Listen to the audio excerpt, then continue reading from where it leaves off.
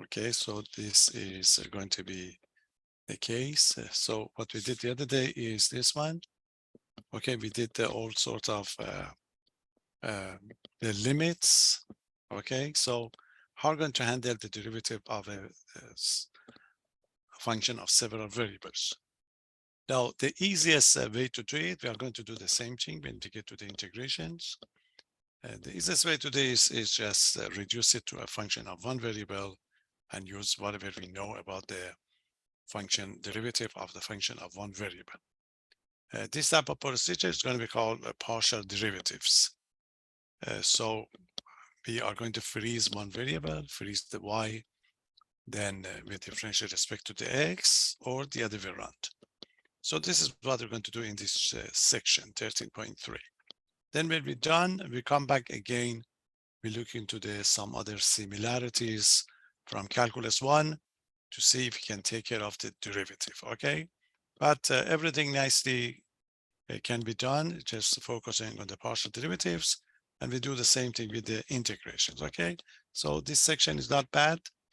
It's not difficult, it's just getting to know these partial derivatives for future, okay? So let's do it. What is the definition of the partial derivatives? With the partial derivatives, you'll be fine to some extent, but then we get to the main derivative. Okay, so what is going to be partial derivatives? So as I talk about it, you freeze one variable and then you differentiate it. So I have to officially get this definition because we're going to use it in some other concept. So we start with the function of two variables. If z equal to the f of x comma y is going to be a given function. Okay, is a function of two variable. So the domain is going to be a subset of R2. So let's say with the domain D, which is going to be in R2. Okay, two-dimensional, and we are going to pick a point to take the derivative of that point, okay? And x0, okay, x0, y0 is going to be a point in the domain, okay, is in D. Now the partial derivative with respect to the x and the y. So if I fix the y, then my function would be like f of x. I fix it as y0 if you like. Then I differentiate with respect to the x. That would be partial with respect to the x. So there you are, the partial derivative. The partial derivative of f,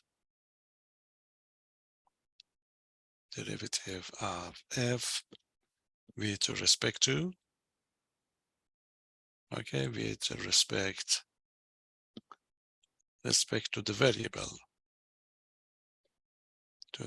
variable, okay, variable x, or sometimes in short we write it down, or with respect to, okay, to the variable, to the x, if you like. This is in short we're going to use. Okay, this is going to be partial derivative at the point at x0 comma y0 is going to be denoted by notation. The notation is going to be f sub x. This is how we use it. Partial derivative with respect to the x, but at the point x0 comma y0.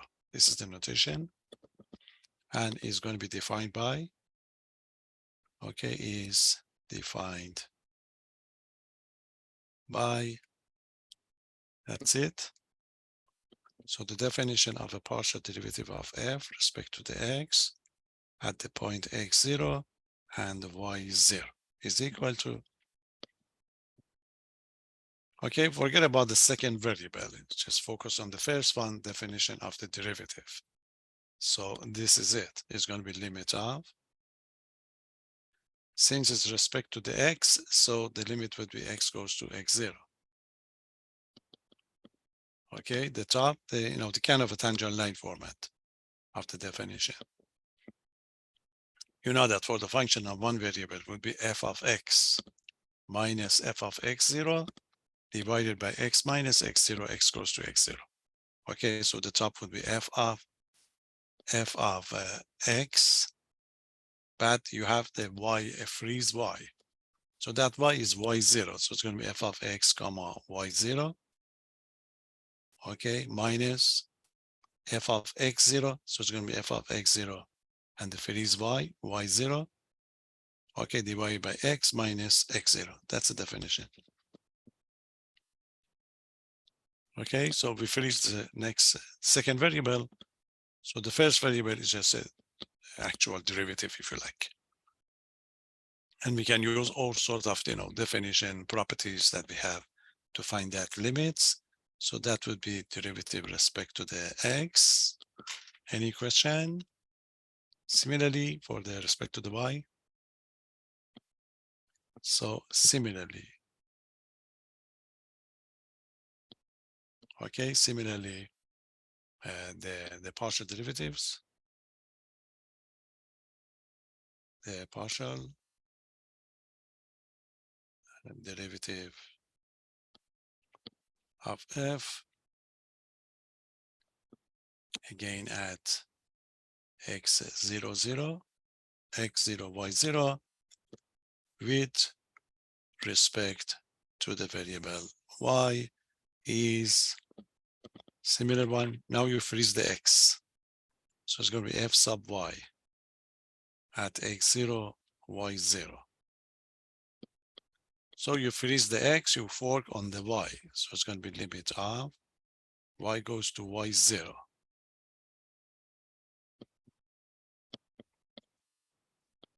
So the top is going to be like f of y minus f of y0 divided by y minus y0, like the slope type. So the top f of y, but the x is freezed. So f of x0 comma y minus f of y0, the x is freeze, x0 comma y0. So that would be derivative respect to the y. Okay, so I'm going to partial respect to the x, partial respect to the y. If it's going to be a function of three variables, of course, we can have a partial respect to the z too. So this is how we are going to define it. So as I talk about it, we just emphasize that, note that that is in a point, we can do it in general. If z equal to the f of x comma y is given to you, then to find in general, to find the function f sub x, you just freeze the y and differentiate respect to the x. Okay, one can consider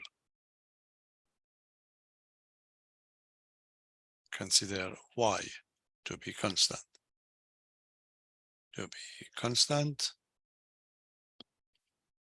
and differentiate, okay, and differentiate with respect to the variable x. Okay, similarly for the other one. Similarly, to find f sub y, where is the x? Consider x to be constant. Okay, x to be constant, and differentiate respect to the y. And differentiate, okay, with respect to the variable y. So this is the way we are going to do it, and your job is these sections, preliminary one, just to find it for us. There are, of course, two possibilities. Polynomial types, you know it. You can use all the rules that we have because the partial, quotient rule, product rule, etc. But your challenge is going to be a piecewise defined function, and there are going to be a couple of them. that you got to be patient to be able to find the derivative of this function. We give a couple of them in this quiz. Okay, are you ready? So just let's find some derivative, the possibilities that we're going to have. Okay, two groups. The first one just straightforward, and the second one with the partial, with the piecewise defined function. So usually give you one question, two parts, and each group would be given to. Okay, there you are. Find the partial derivatives. Find the partial derivatives of each function. Derivatives. We call it first order partial derivative, f sub x and fy, respect to the x and respect to the y. Okay, for each function. For each function.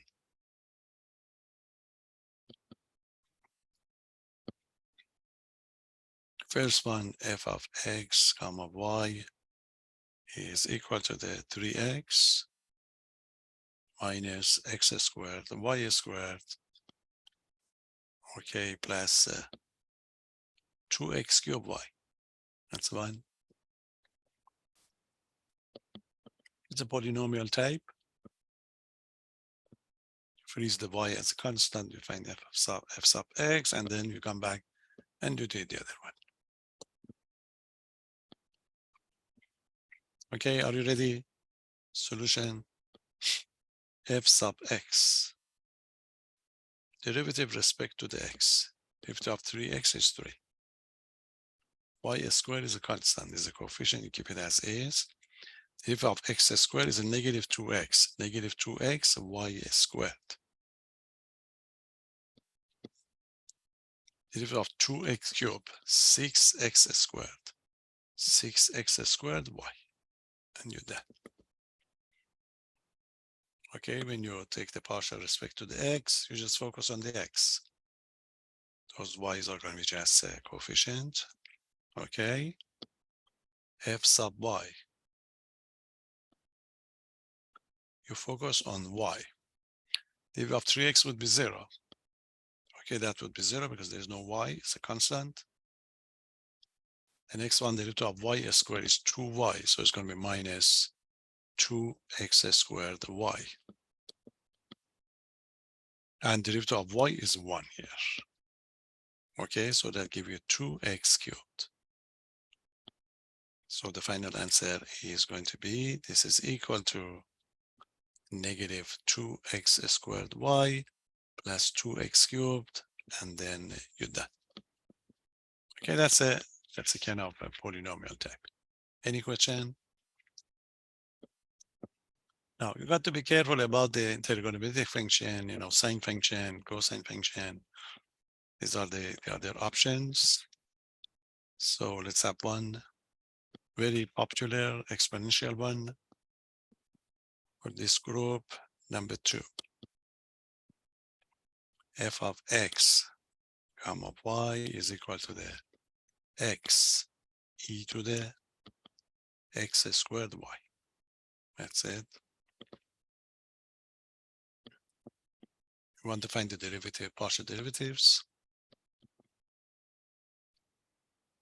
Okay, to find the partial derivative with respect to the x, you see both of them contains the variable x. So you have to apply the product rule. Okay, because both of them contains the x. So it's going to be the derivative of the first times second, second first. Okay, so derivative with respect to the x comma y is equal to derivative of the first one, 1. I write it down to know that we use the product rule, 1 times the second one, e to the x squared y plus second first, exponential function never change. It's going to be exponential function. But you have to multiply derivative of the top. Derivative of the top respect to the x. Derivative of x squared is 2x, so it's going to be 2xy. Okay, u prime. Derivative of exponential function is going to be exponential function. Derivative of the exponent respect to the x. Derivative of x squared, 2xy but times it by the first one, times it by the first one. Okay, so you have to simplify it to get this number. Okay, for the first one.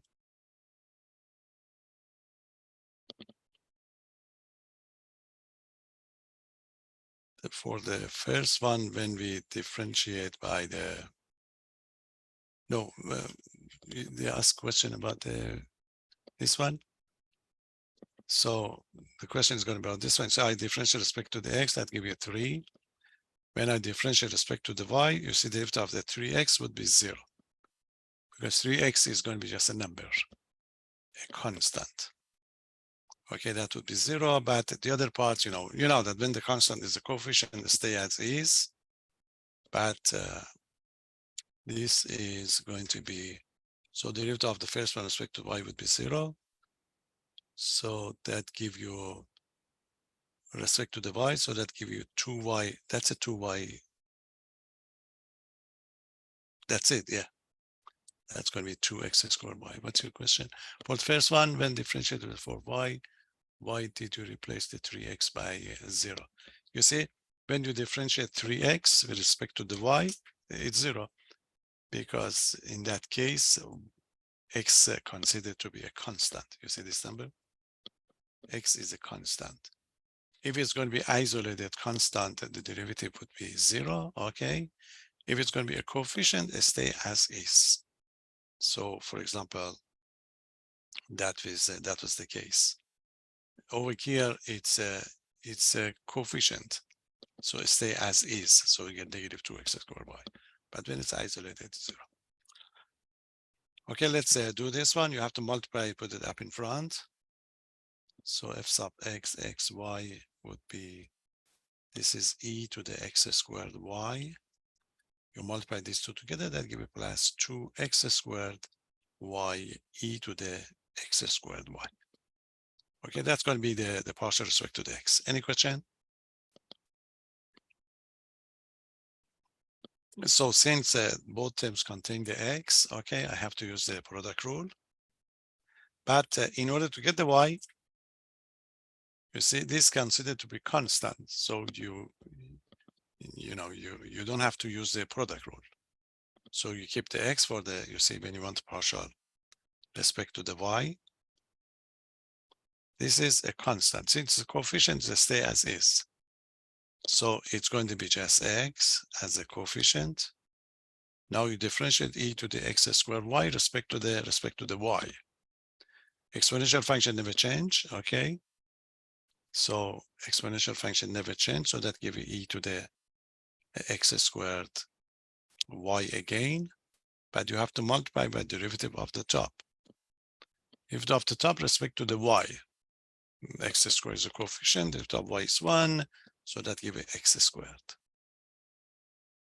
Okay, so you put them together, so that give you x cubed e to the x squared y, the final answer.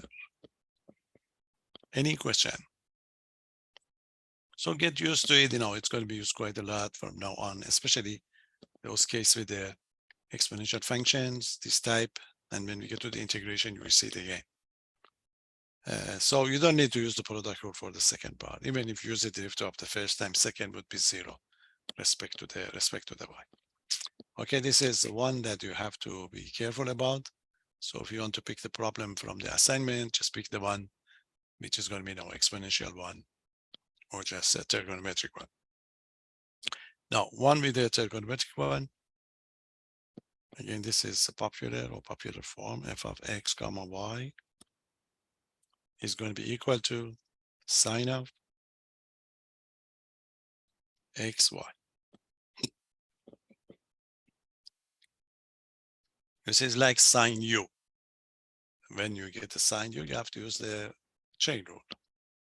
It's going to be, it's a composition of two functions. The derivative of a sine would be cosine. Then you have to multiply the derivative of the inside. Okay, so keep this in mind, and then we go for it. So what is going to be the derivative with respect to the x? Chain rule, derivative of a cosine, derivative of a sine cosine. Cosine of what? Cosine of xy. but you have to multiply by u prime. U prime derivative respect to the x. This is x times y. Derivative of x is 1, so the derivative respect to the x would be just y. So the answer would be y cosine of the xy. Okay, it's exponential form. It's a trigonometric one, so we have to apply the chain rule.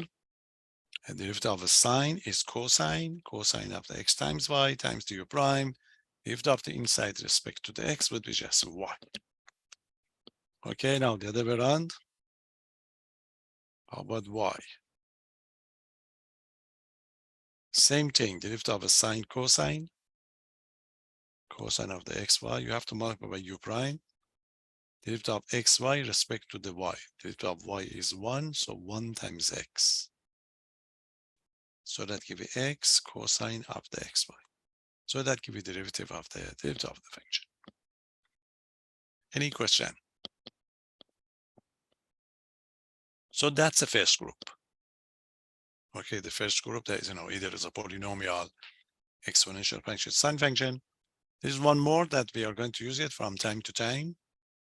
We have a series of counterexamples, and they are going to be all kind of piecewise defined function, okay? So as you do in calculus, a function of one variable, when you're dealing with a piecewise defined function, you have to be worrying about the partition point. So there are a couple of famous ones that you should be able to take care of, and we give you one of these. There are not many. They are very much similar to each other. Okay, so that is piecewise defined. So this is number 4. That's the example that we are going to use it from time to time. So you may use this one in different places. So this is the function. F of x comma y is going to be equal to, that's it. So this function is going to be x times y divided by x squared plus y squared. Okay, this is going to be true if x, y is not equal to 0, except the origin. Okay, that's one. That's first part. And the second part, this is equal to, okay, so the second part is equal to the 0. It's going to be equal to the 0 at 0. 0, 0. Okay, that's it. So it's a piecewise defined function. Okay, it's partitioned at 0. Okay, the first part is anything except the origin. So you want to find the derivative of this function.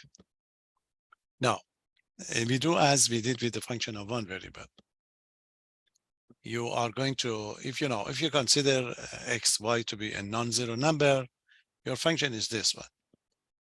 So you can easily find the derivative. You may have to use the quotient rule. Okay, you do it.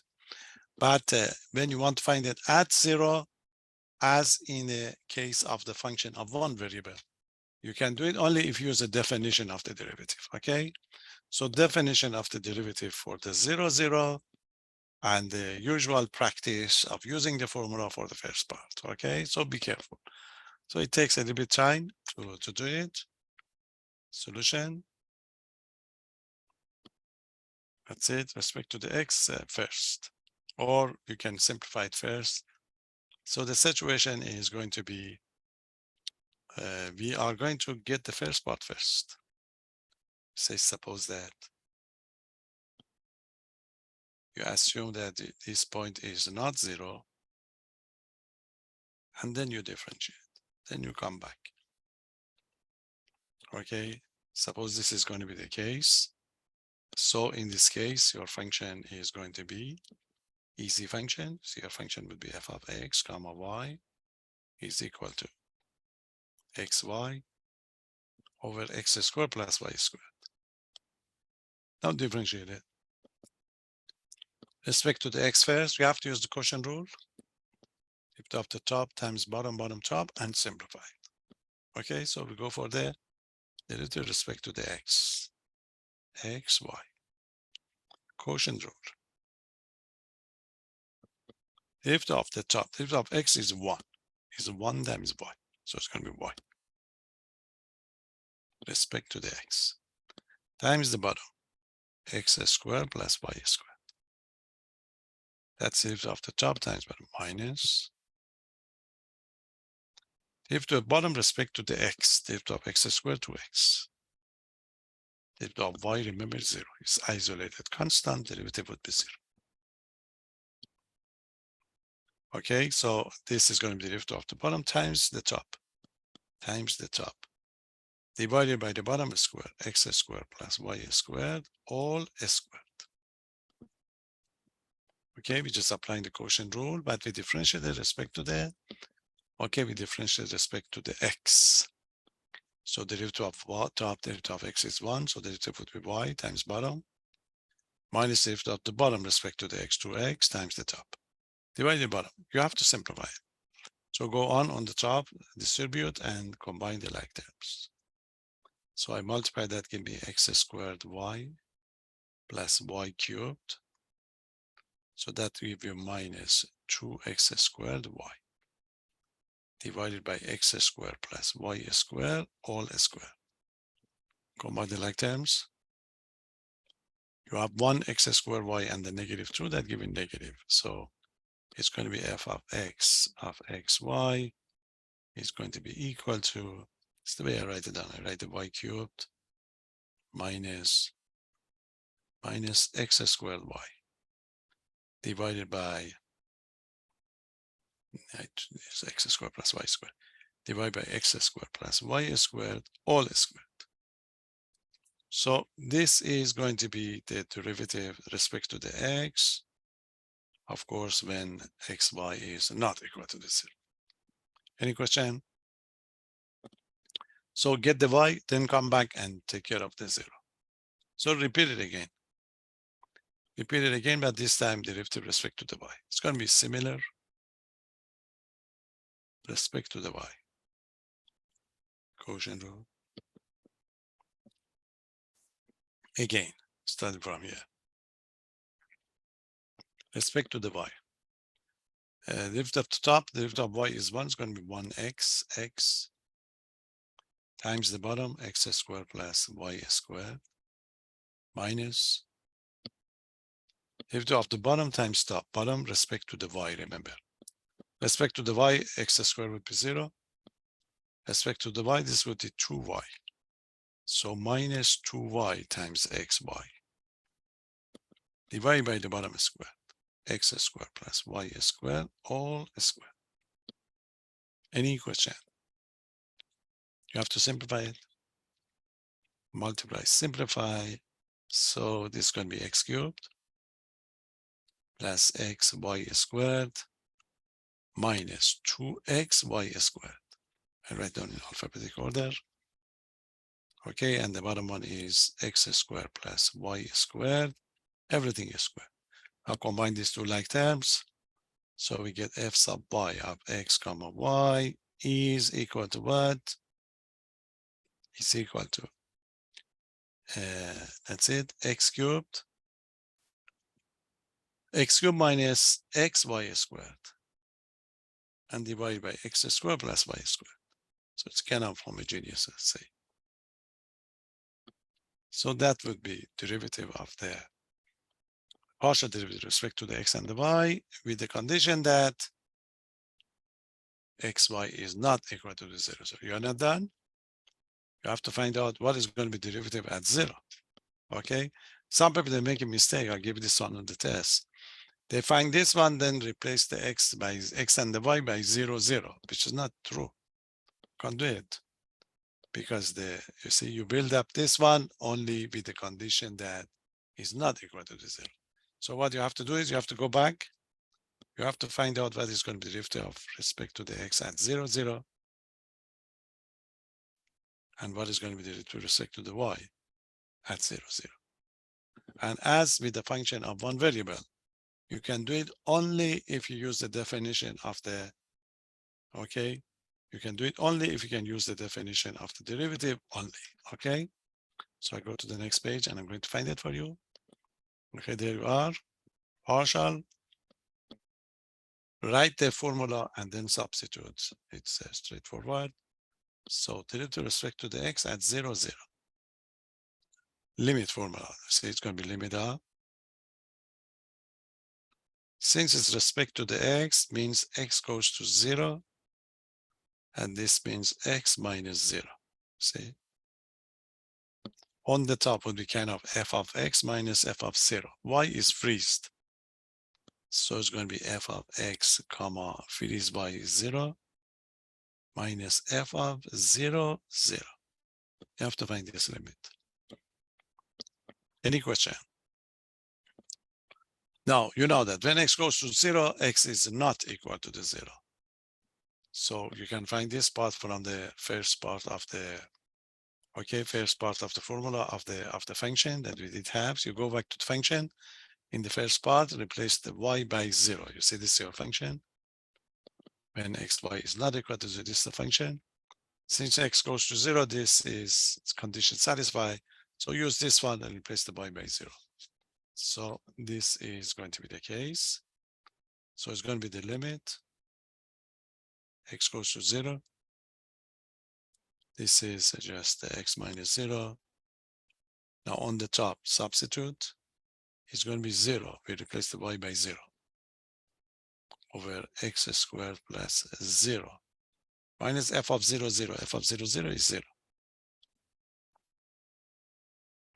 Okay, you simplify it. So that gives you the limit of x goes to 0. You see the top would be 0 x squared, 0 over x squared minus 0, and that's going to be x.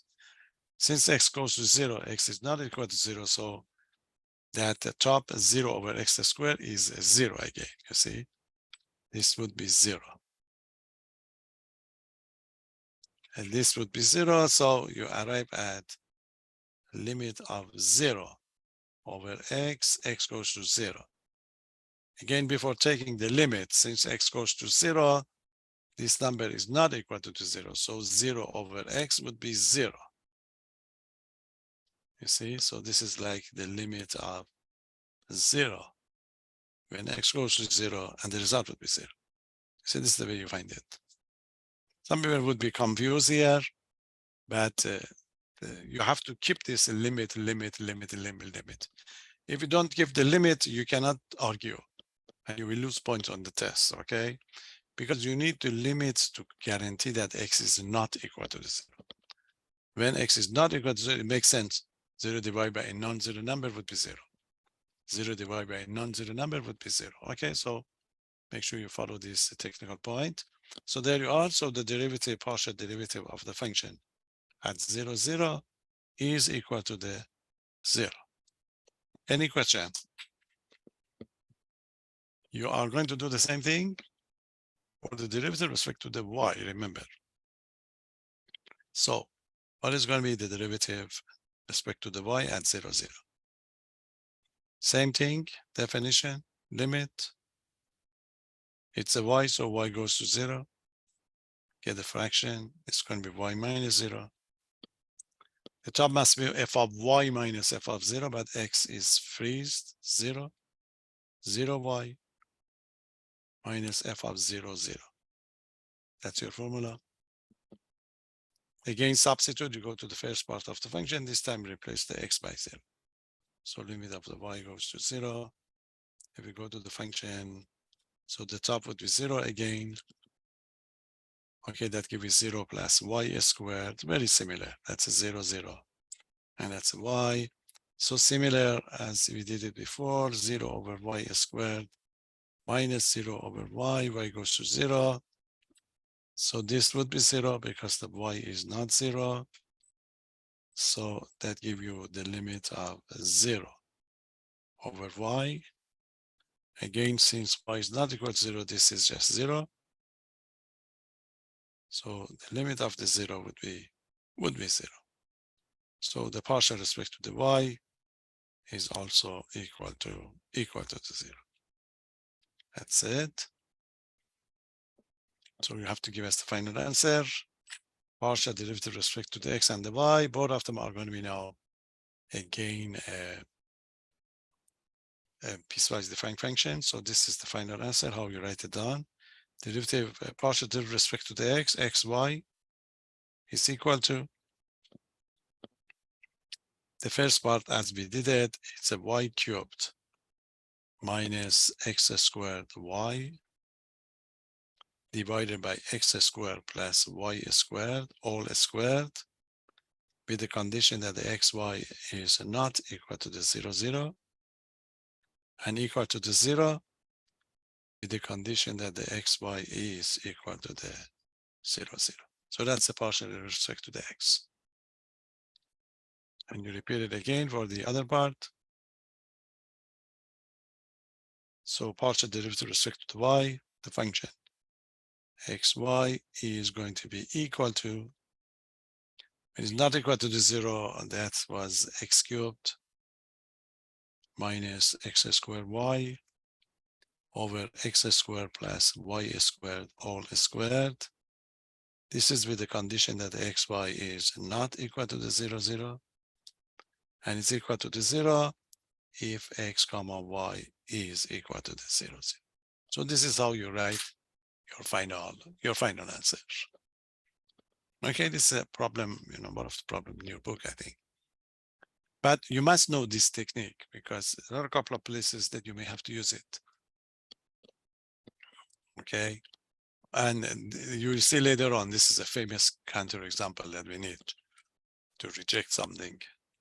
So get used to it, okay, especially that last part, and make sure that you cannot substitute, remember.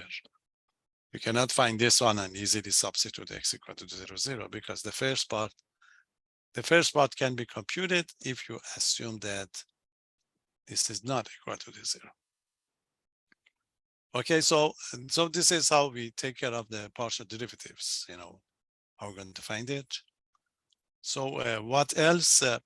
Of course, anytime you talk about derivative of the function, and that would be a kind of application problem that you have. Okay, so there is something related to this example that I make a note over here. So I give you that one first, then we continue. You see, if you want to stay with the partial derivatives all the time, there is one big difficulty that you cannot continue, and you have to add one extra condition. Remember in calculus 1, what is a relationship between differentiability and continuity? You know that differentiability means the function is continuous, because when the function is differentiable, you can have a tangent line. And anytime you have the tangent line, your function must be continuous. Otherwise, you can't do it. So that was a great theorem in calculus. Of course, the converse is not true. So for the function of one variable, differentiability implies continuity. So the big question is going to be, is it true for the partial derivatives? The difficulty of, of the function of several variables is the fact that the answer is no. So in general, if you can find the partial derivatives of the function, there is no guarantee that that would imply your function is going to be continuous. That's why from now on to the rest of the course, anytime you want to prove a theorem, you say, oh, suppose the partial derivatives of the function exist and they are, and they are continuous. This type of ideas that we're going to use. Okay, so you have to be aware of this one, that partial derivatives, nice, but it's not going to be used all the time. So we give a remark because we have this example handle in hand. We can answer this question. Okay, that's for your information. Good to know. So remark.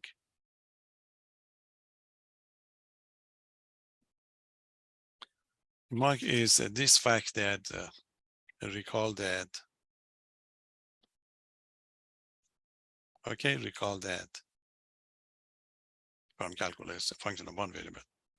Recall that if the function, the given, let's say y equal to the f of x, is differentiable, in a sense of the function of one variable, then automatically this function is continuous. Then, because it's a tangent line problem. Then f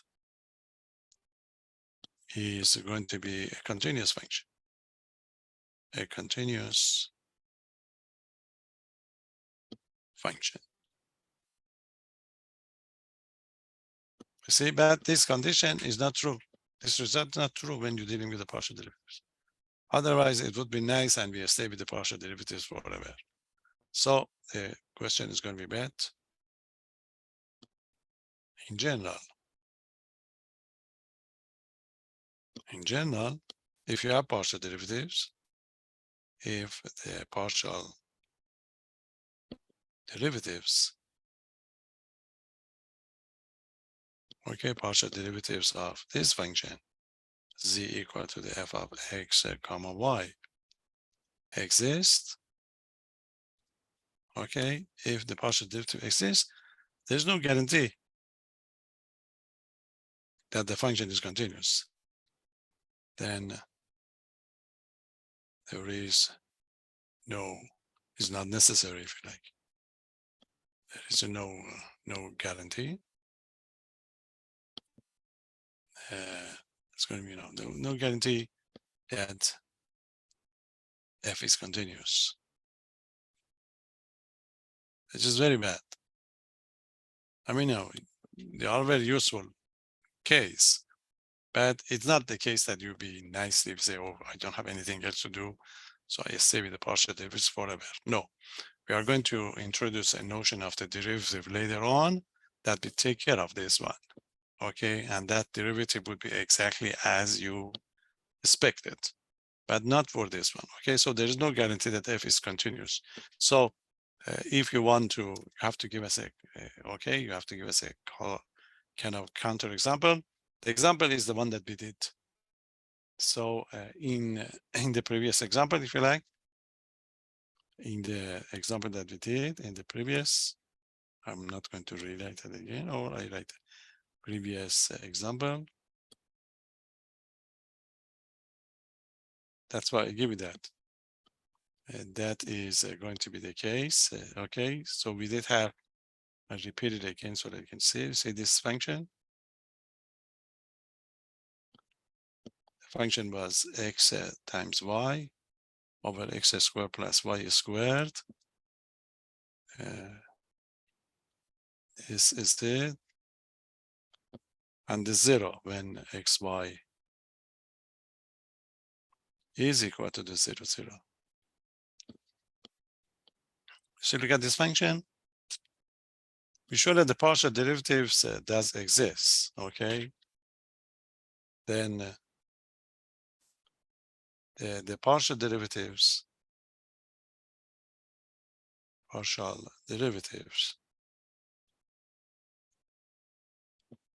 f sub x and f sub y, we find it for you, exists. But check to see if this function is continuous. But we can show that, but f is not continuous. F is not continuous. Continuous at 0, 0. You have to prove it, just check the continuity. You can show that this limit does not exist. Limit of the function. Do you remember how we're going to prove this limit does not exist at 0, 0?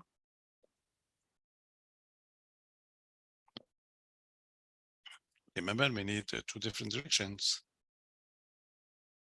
The limit of the function when x and the y goes to 0, 0, this is going to be this function. This, So the direction that we talk about, the direction of the x-axis and the y-axis, if we replace y by 0, this limit would be 0.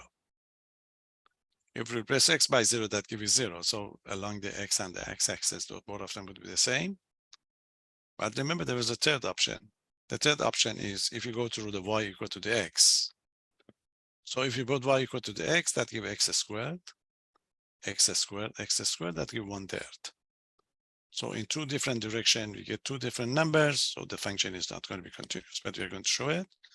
Okay, anytime you want to show that the limit does not exist, you have to pick those directions that we talk about. Okay, so there you are. Limit of f of x comma y. Okay, x goes to 0, but y fixed.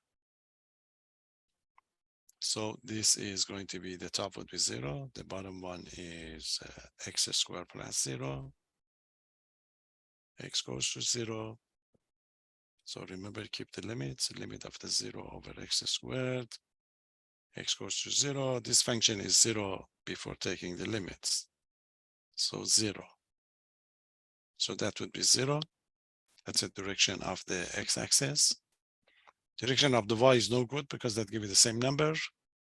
So you get the direction going through the, okay, through the origin, but y and x are the same. So that gives you x goes to 0, but y is equal to the x because you need a constant number. So this is going to be the limit. Okay, x goes to 0, replace the y by x. So that gives you xx, x squared plus x squared.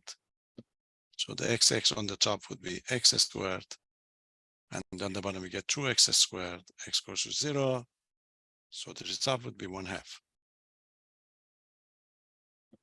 So as you can see, 0 is not equal to the 1/2. So this means the function is not continuous. Okay, so f is not continuous.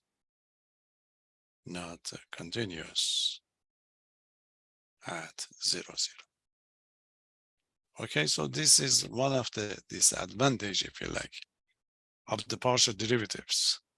If that would be behaving, like naturally, like the one that we did have for the function of one variable, then we would be happy, and this would be a good candidate to continue.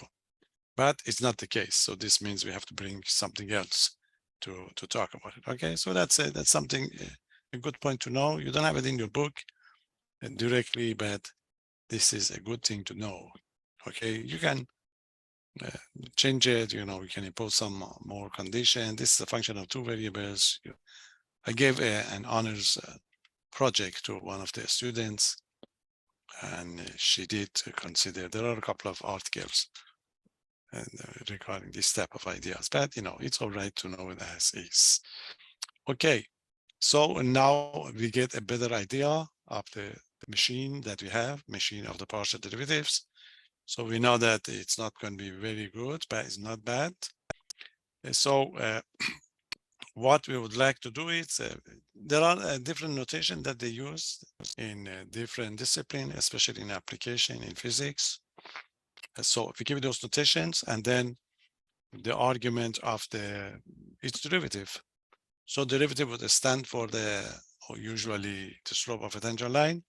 So we just check to see what type of tangent line do you mean, because of the problem of your book. A derivative can also refer to the rate of change. It's going to be the same thing. So just quickly get these to give you a better understanding in application case. Okay, and we move on. So notation first. Different notation, that it's optional. You can use any notation you like. But in application problems in science, they use their own notation. Okay, so what type of notation are you going to use? If you take the course differential equation, then you see quite a lot of these. Of course, differential equation of a partial differential equation, not ordinary one. So partial derivatives and notations, because sometimes with this notation, they are going to ask you to find the derivative. Just make sure you know it. So these are the common notation that we use. If z is equal to f of x, y, then these are the popular notation. Then we write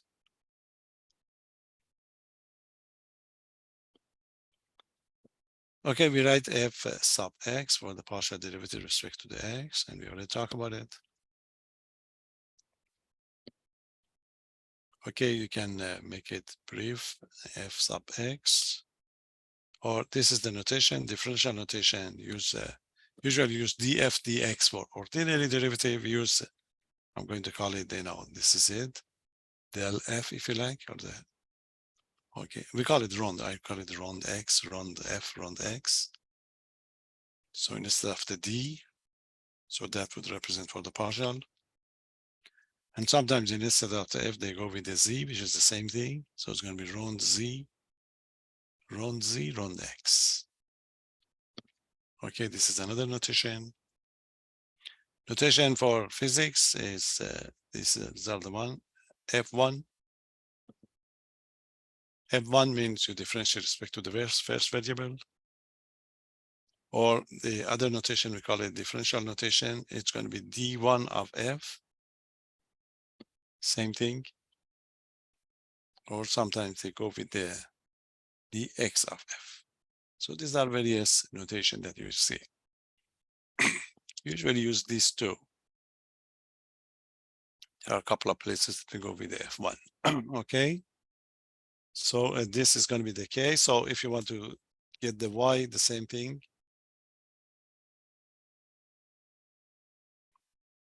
In short form, it's f sub y. Then you go with the rond f, rond y. Again, rond z, rond y. And you may write f2, or you may write d2f, or the dyf. Okay, so if you see this in your book, especially when you want to go through your assignment, this is the way you do it. So we usually go with this two really, the rond f.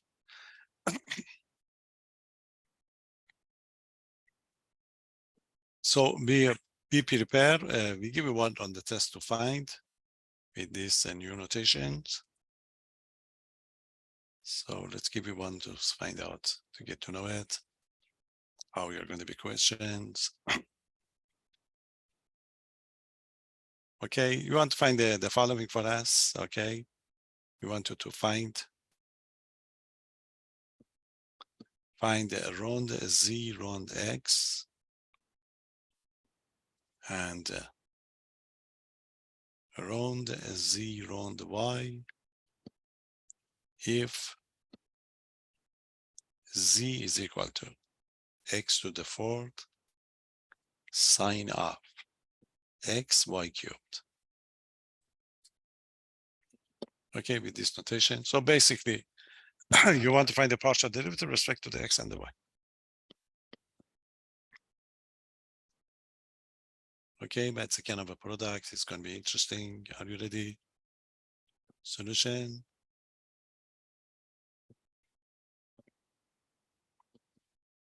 If you want to find the first one, you differentiate respect to the x. Both terms contains x, containing x, so you have to use the product rule. Derivative of the first times second, second first. Okay, so there you are. Rond z, rond x is equal to derivative of the first one, derivative of x to the fourth is a 4x cubed, times the second one, sine of x y cubed. That's the derivative of the first times second, plus second first, plus second derivative of a sine cosine, but you have to use the chain rule. Composition of two functions, derivative of a sine, cosine of x y cubed, and you have to multiply by u prime. Derivative of the inside respect to the x is a constant. It's going to be 1x cubed, just y cubed. That's the derivative of the second one times it by the first one. Times it by the first one, which is going to be times it by the x to the fourth. Right, you multiply these, put this monomial up in front. Okay, it's fine as well, but this is the way we wanted. So it's going to be 4x cubed sine of x y cubed. And over here, you just multiply them together. So it's going to be plus monomial x to the 4th y cubed. And that's going to be the cosine of the xy cubed. So that gives you, the final answer, and the way we write it down. Any question? Now we do the same thing for this one. So run 0 on the y. So it's going to be run 0 on the y. Again, the second one, the first one does not contain the y, so we take this one to be a constant. So it's just x to the 4th. Okay, x to the 4th. You differentiate this one with respect to the y. Again, derivative of a sine cosine. So it's going to be cosine of the x y cubed times u prime respect to the y. Derivative of y cubed would be 3y squared. So it's going to be 3x y squared. But you have to multiply these monomials together and put it up in front. So this is going to be equal to 3x to the 5th. Okay, y squared, and the cosine of the xy cubed. So that gives you the final answer. Again, when you want to do your assignment, pick the one with the trigonometric function to get good feeling of how you differentiate these functions. Okay.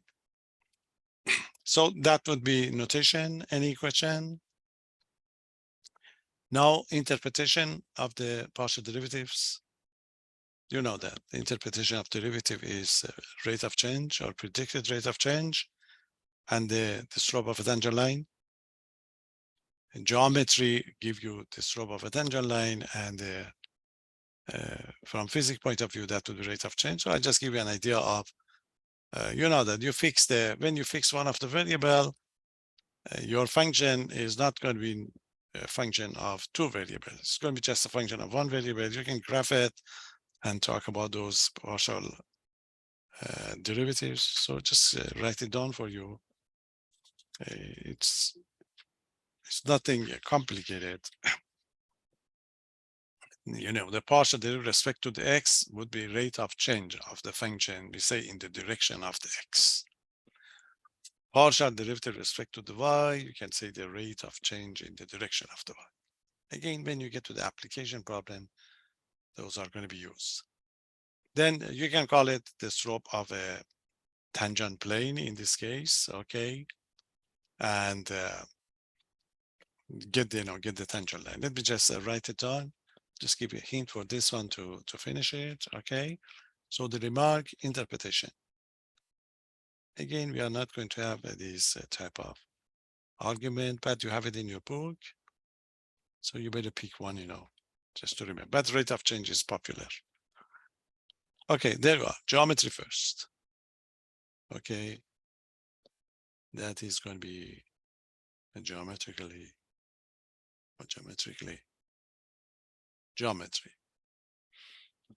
The slope.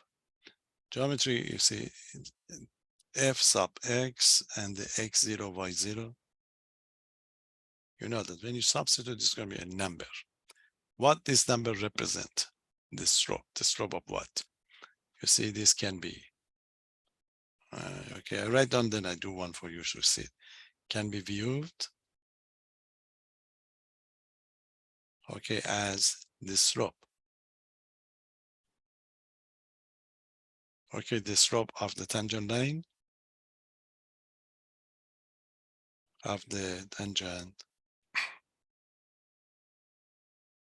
tangent line to what curve? To the curve. To the curve, we call it C1 of the intersection.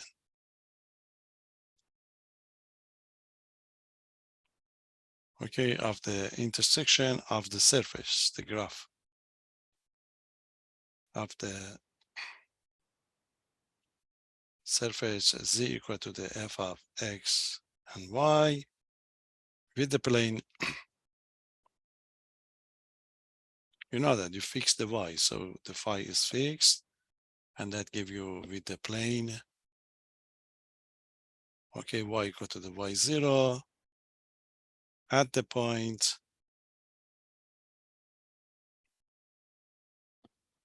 x0, y0. You see, it's like, you know, you have a your surface equal to f of xy is kind of a, you know, three-dimensional solid, if you like. So what you do, you are going to cut it when you fix the y is equal to the y0. That gives you a plane. So you cut that one, that object that you have, the three-dimensional solid. When you cut it, the result is going to be a curve. So you can consider that number that you got over here is going to be the okay, the slope of a tangent line to that, you know, to that solid that you're going to have. Okay, y equal to the y0. Okay, and the actual one, I'm going to do it for you in a minute. So it's going to be the same for the other one, because the function is going to be a function of two variables. You fix the one of the variables, the result can be just a, you know, a curve. So similarly, the other way around, if you get this one, now you fix the x. So you have your three-dimensional solid. You are going to cut it by the plane x equal to the x0. The intersection would be a graph. So this can be considered as a slope of a tangent line to that graph. Okay, so there you are. Similar is the slope. Is going to be the slope of the tangent line. Okay, of the tangent line to the curve. We call it C2, which is the intersection of the intersection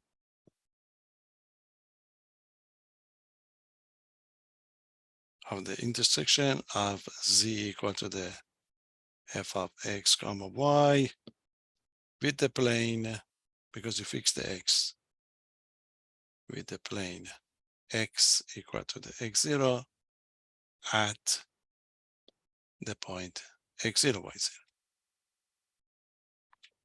Okay, so this is the interpretation that you have. In your book, they have two different neighbors. The first one give you the slope at the direction of the x. So in your book, f sub x of x0, y0 is called the slope in the x direction, is called the slope of the curve, okay, of the surface. Of the surface in the x direction. Like in function of one variable, the slope. You see, when find the derivative can be considered the slope of a curve or can be considered the slope of a tangent. It's the same thing. And again, the other one is going to be called in the direction. So you get a couple of these type of problems, just pick one of them. So it's going to be called the slope of the surface in the y direction,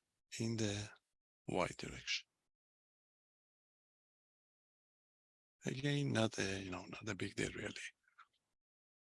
So I give you one example, then exactly I show you how we are going to how we're going to do it. To get this one through, I can give you a break now. We come back and give you that example. So exactly you can see it when you fix it. Okay, it's 11:52, so just 10 minutes, 15 minutes, we come back. We give you this, and then we go with to the second derivative. There is one theorem on the second derivative that's going to be used quite a lot when we get to the notion of the integrations. And we are very much interested in that one. Okay, then we finish this section. And we give you the quiz up to the end of this section. So we give you time because these sections are very important. So we give you time to be able to revise it. So tomorrow I go over the practice quiz number 2 only. There are many problems that we have to take care of. So I try to finish everything we need today. And then tomorrow we practice to give you a little bit time to be ready for the next part. Okay. Because the integration part is the one that we're going to be interested in, and we finish the integration next week. Okay, for the time to get to the test. Okay, so let's have a break. We come back and we talk about the one example on this one. That's it. What does it mean? And then the second derivative, second partial derivatives. See you then.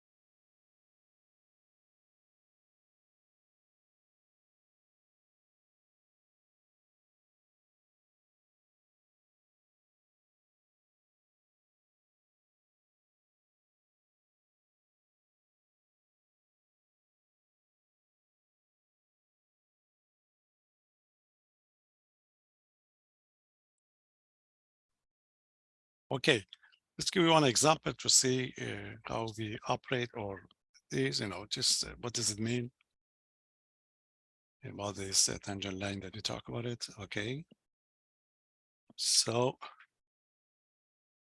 you see, you get a group of them in your book. So it's not bad to spend a little bit of time to understand it. So there you are. The question is, a function is given. Suppose the function is f of x comma y is equal to x squared y plus 5y cubed. This is a function, and we want to describe that disrupt that we talk about it. They break it into different parts. The first part, they ask you to find the slope. Find the slope of the surface. The slope of the surface z equal to the f of x and y, the graph of the function, if you like, in the direction, okay, in the x direction. X direction at 1 and -2. So basically, this means you have to find the partial derivative with respect to the x and evaluate it at 1 and -2. That's the first part.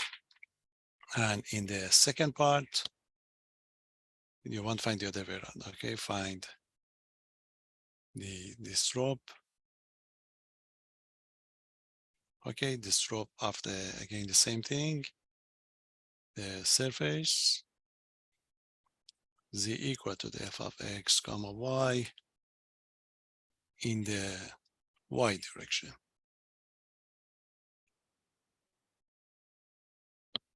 Okay, in the meantime, I'm going to explain that cutting that I talk about it, those curves C1 and the C2. But basically, they just ask for the slope.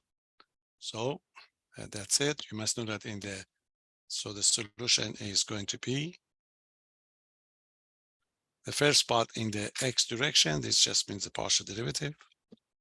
So they ask you to find the partial derivative of f respect to the x, but find it at the point 1 and -2. So you find the partial derivative by taking the derivative, then you substitute x equal to 1, y equal to -2, and you get it. Okay, so find the partial derivative. So the partial derivative of the function, differential respect to the x, y is going to be the constant. So the derivative of x is 2x, 2xy. So that gives you 2xy plus, this is isolated term containing no x, so derivative would be 0. So that gives it 2xy. Okay, so evaluate that 1, and you see this is going to be a derivative at 1 and -2. You replace the x by 1, so that gives 2 times 1 and then -2. So the result would be -4. Okay, so this is it. So that the slope is going to be simply -4. Okay, any question? Now, if you want to give us that geometrical interpretation of this slope, remember, it's going to be the slope of what? The slope of, where is that tangent line you're going to have? Remember, this is a derivative respect to the x. So you keep the y to be constant. So if you want to find that curve that we talk about it, you see the curve C1 that we talk about it, it's going to be intersection of the plane y equal to the -2. This is going to be the plane that you're going to have with your surface. So your surface was x squared y plus 5y cubed. You see? The intersection means you replace the y by -2 here. So that will give you what? So this would be the -2 squared. Okay, -2 squared, -2 squared times sorry, that's going to be x squared times -2. So it's going to be your x squared plus 5 and the -2 cubed. So the result would be -2 squared, 2x squared, and that give you -40. -40. You see, look at this one. So your z is going to be -2x squared minus 40. You see, this is the curve C1 that I talk about it. So this is going to be like a function of one variable. It's going to be in xz plane. That slope now makes sense. So this is going to be the slope of a tangent line to the graph of the graph of the C1. Okay, just to see. Sometimes in the examples they ask for it, but I just wanted to see it. Any question? So when we fix it, okay, we substitute the function of two variables. So this is going to be just remind you that f sub x and 1 and -2 equal to the 4 is going to be the slope. Okay, it's going to be the slope of the tangent line to the graph of to the curve, if you like, to the curve C1 at the point 1 and -2. And easily you can find the equation of that. Okay, so that's the interpretation of this idea. Any question? So that's the slope in the direction of the x and interpretations. In your book, they ask you to find it and you just give us the interpretations. So this is the way you're going to do it. So that's a partial derivative with respect to the x question. Easily we can do the y. So go back, differentiate with respect to the y and do the same thing and get that graph of the C2. So again, we do something similar in future, but with different ideas. Okay, there you are, the part 2. Part 2, you want to find the slope in the y direction. So you need to find the partial derivative with respect to the y. So I bring the function here so I can differentiate it. So this is the function x squared y plus 5y cubed. And so find the derivative with respect to the y. So we find f sub y of the x comma y. Your x is fixed. So the derivative with respect to the y would be 1. So that gives you x squared. And the derivative with respect to the y would be 3 times 5, 15, 15y squared. Okay, so it's going to be a partial derivatives. You want to find it at 1, -1. So it's going to be f of, see, fy, and f 1 and -2. You substitute to replace the x by 1, so that gives 1 squared plus 15 times the -2 squared. So that I get to the 1 minus, okay, -4 squared would be 4. So that gives you 60 plus 60. So that gives you 61. So this is it, 1 and -2 is equal to the 61. So that gives you the slope of a tangent line in the direction, or the slope of the curve, if you like, the slope of the curve in the direction of the y. Question? So if you want to explain it, interpretations, which curve is it? Curve C2. C2 is going to be your graph. Your y is, your x is fixed, so you intersect with x equal to 1. You see it's going to be your curve. X is equal to 1 is fixed.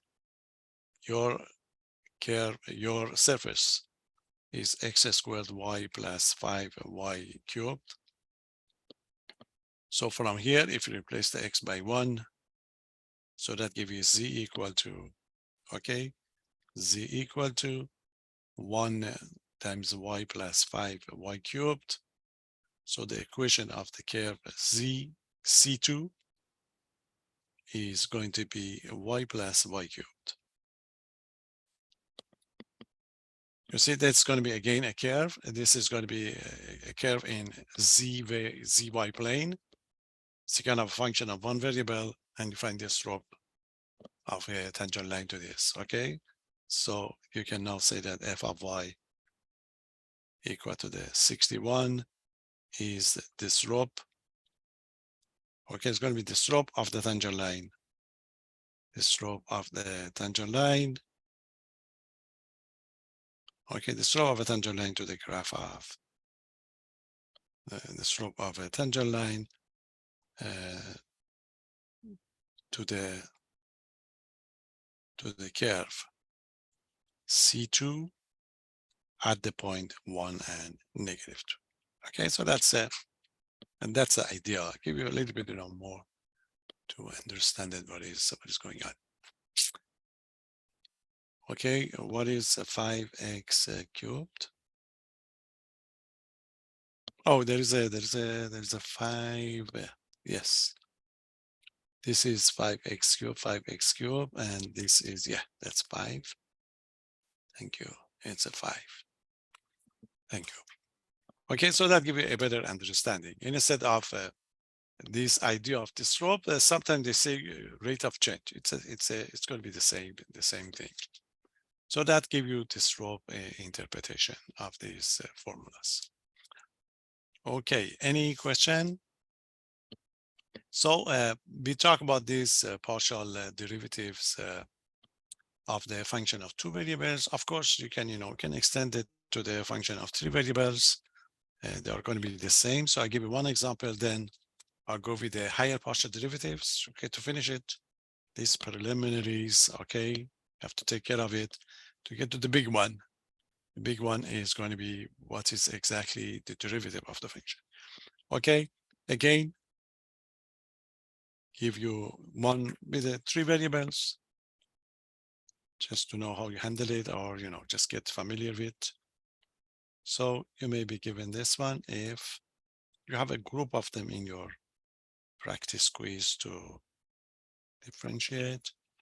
So that's going to be 1. It's x cubed y squared z4, okay, plus 2xy and plus z. This is given, and you've been asked to find, okay, we want to find the f sub x, f sub y, and this time f sub z. Okay, so this means partial derivative with respect to the x, respect to the y, and respect to the z. So the new one is when you find it respect to the z. Easy to evaluate. So the solution is going to be, it's a function of 2 variables. So we have to freeze 2 other variables, you see, f sub x. So you differentiate respect to the x only. The others are going to be constant. X cubed, 3x squared. These are coefficients, they stay as they are. Is a product, okay? So it's going to be 3x squared, y squared, z4. That's the first one. Respect to the x, that gives you 2y. The next one is going to be just 0, because it's the isolated z, and you differentiate it with the x, okay? So this is going to be simply 3x squared, y squared, plus 2y. Any question? So that's the way you handle the case of the 3 variables. Checking f sub y. Differential respect to the y. Consider everything else to be constant. The f of y, 2y. They stay the same because they are coefficients. So it's going to be 2 x cubed y c to the 4. That's the first one. Okay, plus differential respect to the y. The derivative of y would be 1, so that just have 2x That's isolated C. You replace, differentiate respect to the Y. So that would be 0 again. So the final answer is 2x cubed y z4 and 2x. So this is f sub y. Okay, ready for the z. F sub c. We differentiate respect to the z. We consider the x and the y to be constant. Z, 4z cubed. These are constant, just coefficients stay the same. So it's going to be 4 x squared, x cubed, y squared, z cubed. Respect to the z, there is no z here. So it's 0. And respect to the z, the root of a z is 1. So the final answer is 4x cubed y squared z cubed plus 1. That gives you the final answer. Okay, so don't be surprised. You can, you can have more variables if you like, but we go up to the function of 3 variables. Okay, any question? No. The first derivative is nice, it's fine. But when we go to the integration parts, we're going to use the same method. Okay, the partial derivatives, we get something we call partial integrals. But we are going to have a function of 2 variables and a function of 3 variables. That's why we need a kind of second derivative, second partial derivatives. Like, in function of 1 variable, you can have a derivative of the function, and if you differentiate it again, that gives you the second derivative. So we are going to see what are going to be the possibilities if you want to find the derivatives, higher derivative of the partial derivatives. Okay, you can go with the second, then you can keep going, okay, to get to the different one. But the second one, so we are going to investigate the second one. What would happen into the z4 in the first one? We differentiate respect to the x, so that gives us 3x squared. Z4 stay the same. Oh, we missed it here. We missed it here. You are right. Is a 3x squared y squared z4. There is a z4 here. Thank you. Okay, I rewrite it. 3x squared y squared z4. Okay, z4 plus 2y. Thank you.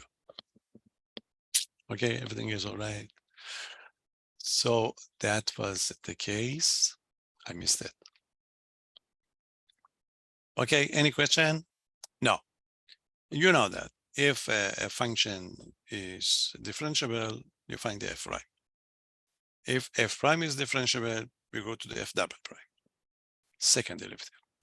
For the partial derivatives, remember, if a function is going to be a function of 2 variables, you have the partial derivative with respect to the x and respect to the y. Partial derivative functions are again a function of 2 variables. So you can differentiate it more and more and more. So we are going to introduce so-called the second order partial derivatives. They are going to be used quite a lot, okay? So let's get that one. The possibilities already, this is it. Higher partial derivatives. We go up to the second, okay? Sometimes we need a third, but not much. So let's see what's going to be. We are in the same section. Higher partial derivatives. The notation that we use, that's the sometime parametric, okay? Just, you should get it all right. So what's going to be higher partial derivatives, okay? So the one that we talk about so far is going to be the first order partial derivatives. Now the second. So the second. Okay, second partial derivatives, second order. Second order partial derivatives.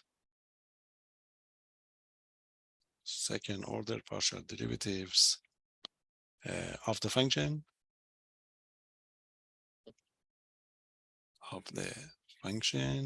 there you are, z equal to f of x and y are going to be defined by the following. Say notations are defined by the following.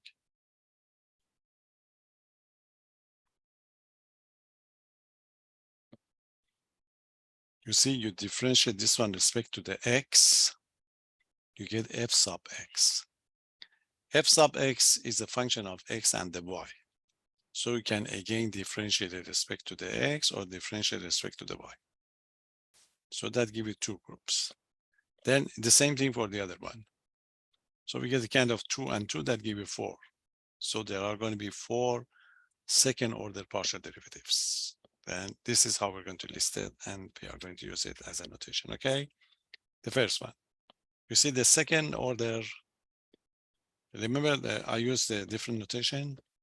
So I want to talk about the second order partial derivatives with respect to the x. Notation is round 2f.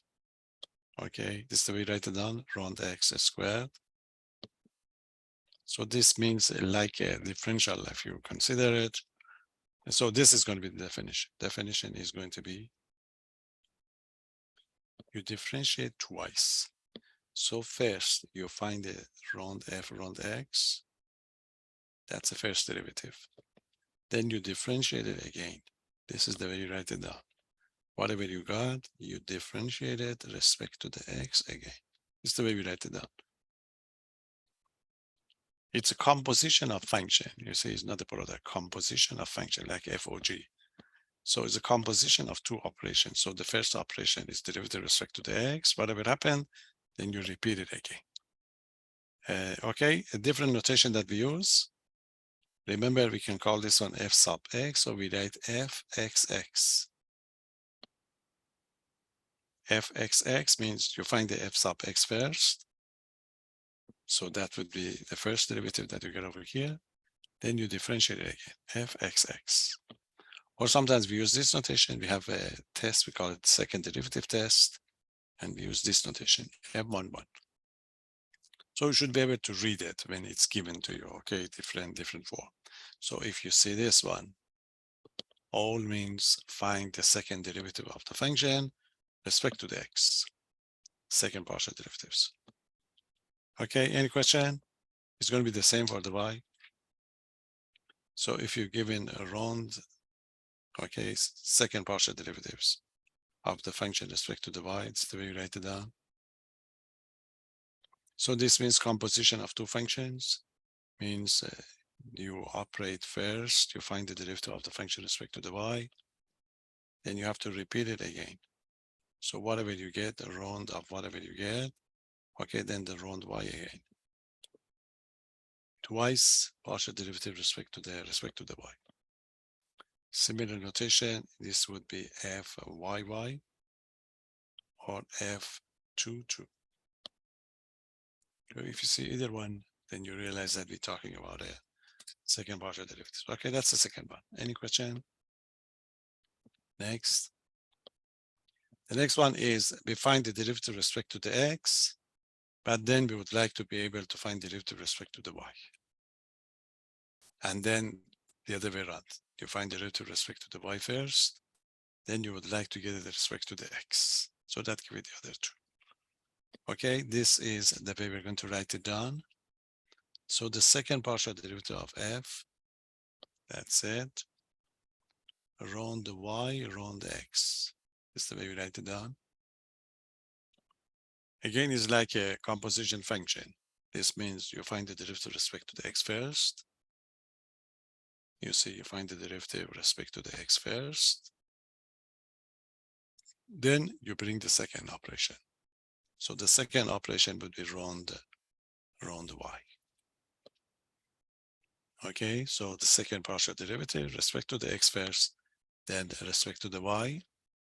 So the way we write down in this notation is a little bit tricky. So we write it as f of x sub of y, fxy. Fxy means the one that close to the f goes first. Fx, round f, round x, then y. Okay, some people write this one as, you see, it's the way I write it down. So this means I'm going to find the derivative with respect to the x first, then the y. Okay, this is your reading, not the way we write it down. Okay, and if you want to use it as a number form, it's going to be 1, 2. So 1, 2 means, again, you find the derivative with respect to the x first, then you go with the 2. Question? So make sure don't miss it, because in this form would be given to you. The last one is going to be, so this is x first y, then y first x second derivative over round x round y. Again, this means you do the y first, composition of two functions. So round f round y, then round x. So this basically means you do the y first, then the x. Again, this means you do the f sub y, then the x. So this means 2, 1. Okay, that is the second order partial derivatives of the function of two variables. Any question? You can extend it to the function of 3 variables. You know that the choices are going to be much more, because that the x, y, z that you are going to have. But you know, it can be done, but we focus on the second, and we are prepared for it, ready to be able to take care of if otherwise would be given to you. Okay, your job, we give a function and we ask to find it. Okay, so if they ask for the second partial derivatives, automatically you have to find all of them for us. Okay, so let's see. These are going to be used for the integrations. And there is one property that we are going to be interested in. Let's do an example, then we give you. Okay, so example, find all the second partial derivatives of this function. Okay, there you are, find. Okay, find all means all the 4. All the second order partial derivatives. Okay, partial derivatives of this function. The function is f of x comma y is equal to x squared y cubed plus x to the 4th y. That's it. It's a polynomial type. It's an easy function to handle. Okay, are you ready? Start with the first and then continue to get those seconds. Okay, there you are. This is the way we are going to do it. Starting with the first, f sub x. So y is a constant. Theta of x squared 2x y cubed plus, with respect to the x, 4x cubed y. That's it with respect to the x. Any question? Keep going with this one. Find the differentiated again, so that give fxx.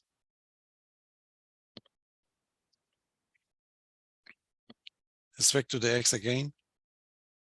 If of 2x would be 2, so that give it 2y cubed.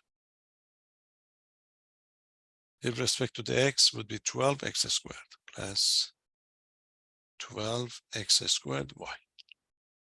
That's fxx. One more. This is x, do the y. So fxy. First respect to the x, then y. So differential respect to the y.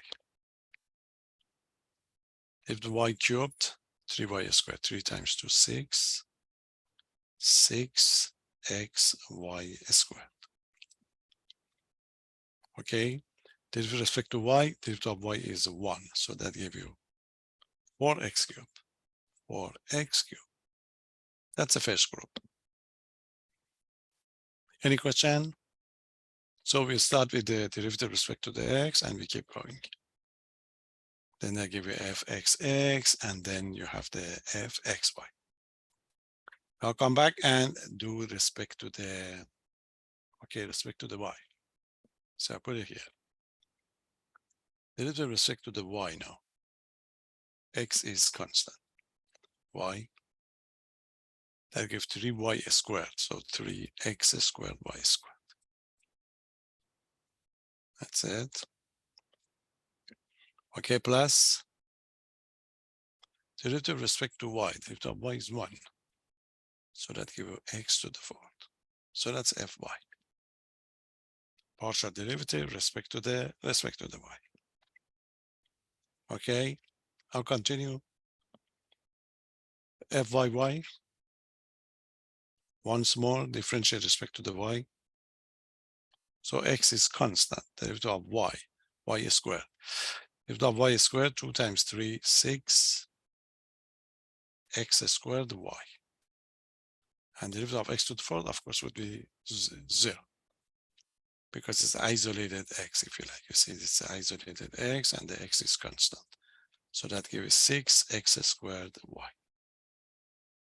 So that gives fyy. One more.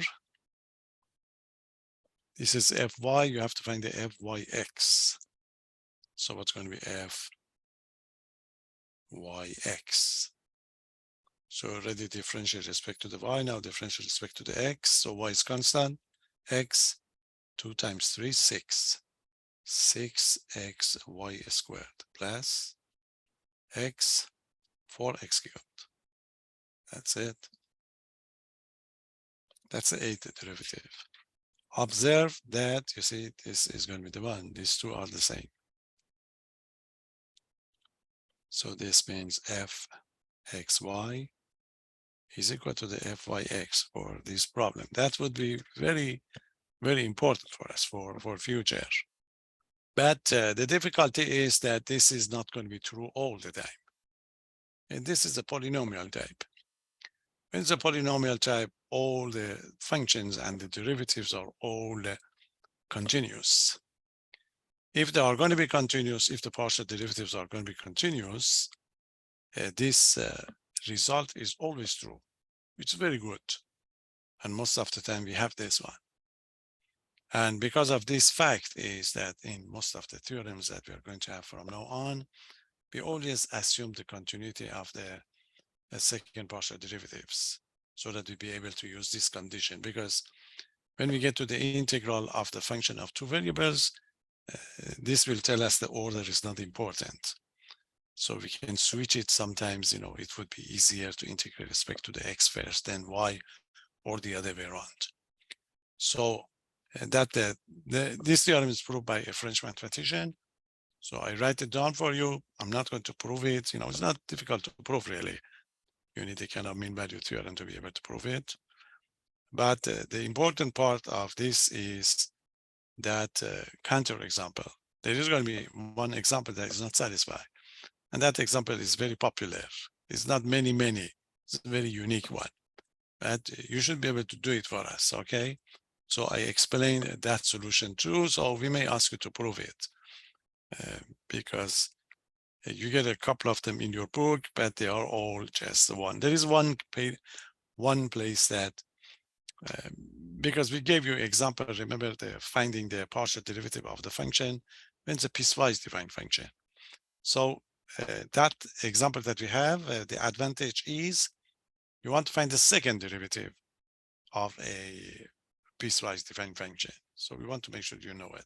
So let's give you that theorem first, then we have to go through a solution of that counterexample and we finish it. Okay, so great theorem for the future.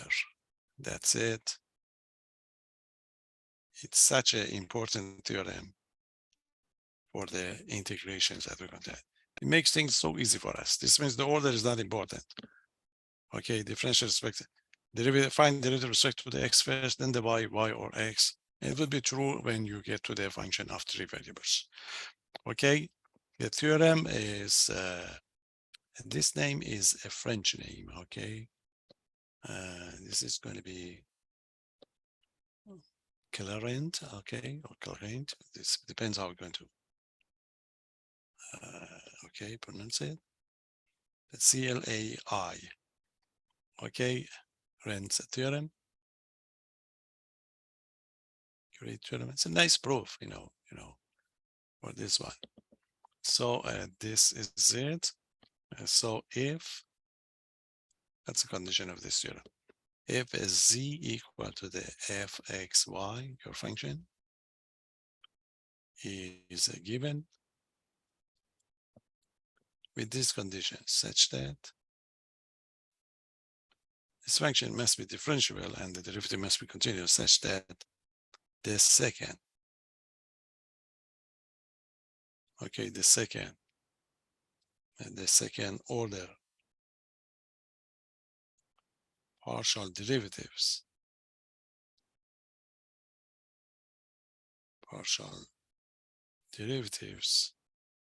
f sub xy and fyx are continuous, are going to be continuous, okay, continuous on the same, okay, it's going to be continuous on the same domain or the same interval, then this is it. fxy is going to be equal to the fyx. And the way we are going to use it, we mostly work with the polynomials, exponential function, trigonometric function. They are all continuous. So that's why we are not going to worry about it.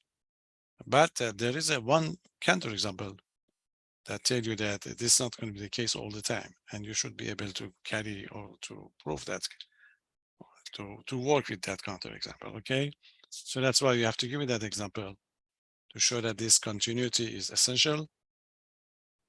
Okay, so we give you one example to show that if they are not going to be continuous, you are not going to, otherwise you are free. You say as soon as you get to this one, even on the test, as soon as you say f of xy, you can write f of yx is also this because it's a polynomial. Okay, any question? So the order is not important when the function are going to be nice, continuous, and that would be a big advantage for us when you go on.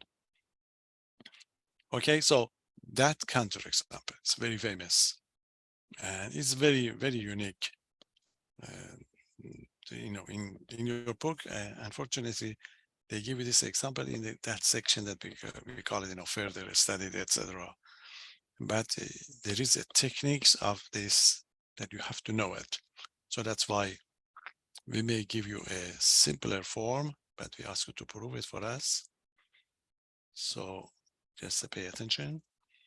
So that's a unique function. This is the function that would reject the Clairaint theorem. Suppose, you see, this is the function. You know, it's not going to be polynomial, trigonometric, exponential. So that's why it must be a piecewise function. So this is your function. It's a x cubed y minus x y cubed. And that's going to be divided by x squared plus y squared. Okay, and this is where xy is not equal to the 0, 0. And it's going to be 0 when xy is equal to the 0, 0. See, that's a function. It's a piecewise defined function. It's the difficulty is going to be at 0, 0. So if you want to go with the second derivative, you have to find the first derivative first, the way I discuss it. So what we would like you to do is, we would like you to find the second derivative of this function. Okay, with those two order that we have at 0, 0, and would like you to show us that they are not equal to each other. Okay, so this is what we needed to do. This is given to you. We wanted to show that. Show that two steps. Step one, the partial derivative at 0, 0, the first partial derivative, is equal to the, because you need this one to be able to get to the second part. You see, would like you to show us this is equal to the 0. But the big one is this, the second part. We want to show that fxy at 0, 0 is not equal to the fyx at 0, 0. See, that's one. So this is an example. It's not satisfying the Clairaut theorem. So when you find that, you realize that the difficulty is that these partial derivative function, the second order partial derivative functions, they are not continuous. Okay, to find that, you need to be patient, because remember, fxy means what? Means you have to find the f sub x first, then differentiate respect to the y. But you just want to find the derivative at 0, 0, which is the case, but you have to use the, okay, you have to use the definition. So you have to find the partial derivatives first partial derivatives, okay, completely. So this is the way we do it, as we did it for the other example solution. Patiently find what is going to be f. You see, you have to find this. You have to find what is fx and fy, both of them. You need this one first. Okay, when you find it, then for the second one, then you can go find the second one. So the first one, as we did it before, so you assume that xy is not equal to the 0, use the formula for the first one to get both of them. Okay, so suppose that these are not 0, 0. So your function is going to be f of xy. This is going to be your function, x cubed y minus x y cubed x squared plus y squared. Differentiate, use quotient rule.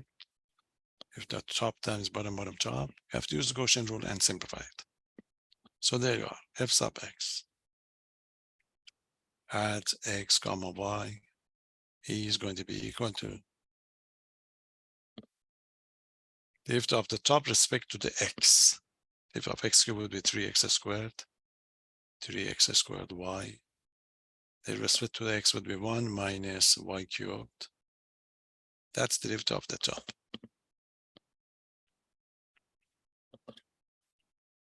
Okay, times it by the bottom. X squared plus y squared minus bottom top. Derivative of the bottom and derivative of x squared would be 2x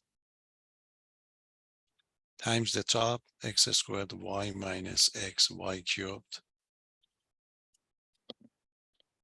That's the derivative of bottom times top divided by the bottom squared. That is bottom squared. You have to multiply and simplify it because you want to use it to get the second derivative. Okay, just FOIL method. Distribute it. This is it. You multiply by x squared, so that gives it 3x to the 4th y plus 3x squared y cubed. Okay, you continue inside, minus x squared y cubed minus y to the 5th. That's how you multiply the first one. Okay. Then you continue this one, multiply minus 2x to the fourth y plus what? Plus 2x squared y cubed. The bottom one unchanged, that give you x squared plus y squared, all squared. So continue on the top to combine these like terms. So fx x comma y is going to be equal to like terms on the top. So what do you have? We have x to the fourth, x for y. This is x for y, and this is another one. So 3 minus 2 would be just 1. So we get x for y. Okay, so what else? X squared y cubed. This is going to be x squared y cubed. So it's going to be 3. That gives you a positive 2. And there is a 2 here. Make it do the 4. So it's going to be plus 4 x squared y cubed. And then minus y to the fifth. Minus y to the fifth. Divided by x squared plus y squared. Everything is squared. So that gives you the derivative respect to the x. Remember, this is only when xy is not equal to 0. Okay, any question? I'll go back, repeat it again. But this time the derivative with respect to the y would be very much similar to this one. We call it homogeneous function. So this means these x and the y would be replaced or switch to get these numbers. Okay, so it's going to be like, are you done with this one? So it's very similar. I will just quickly write it down, give you the final answer. So respect to the y is going to be of this form. Again, the derivative of the top bottom would be, and that's it. Bottom top is going to be x cubed minus 3xy squared times the bottom x squared plus y squared minus the derivative of the bottom one respect to the y would be 2y. So that's going to be 2y times that by x cubed y minus, minus 2. So that's going to be minus derivative of the bottom times,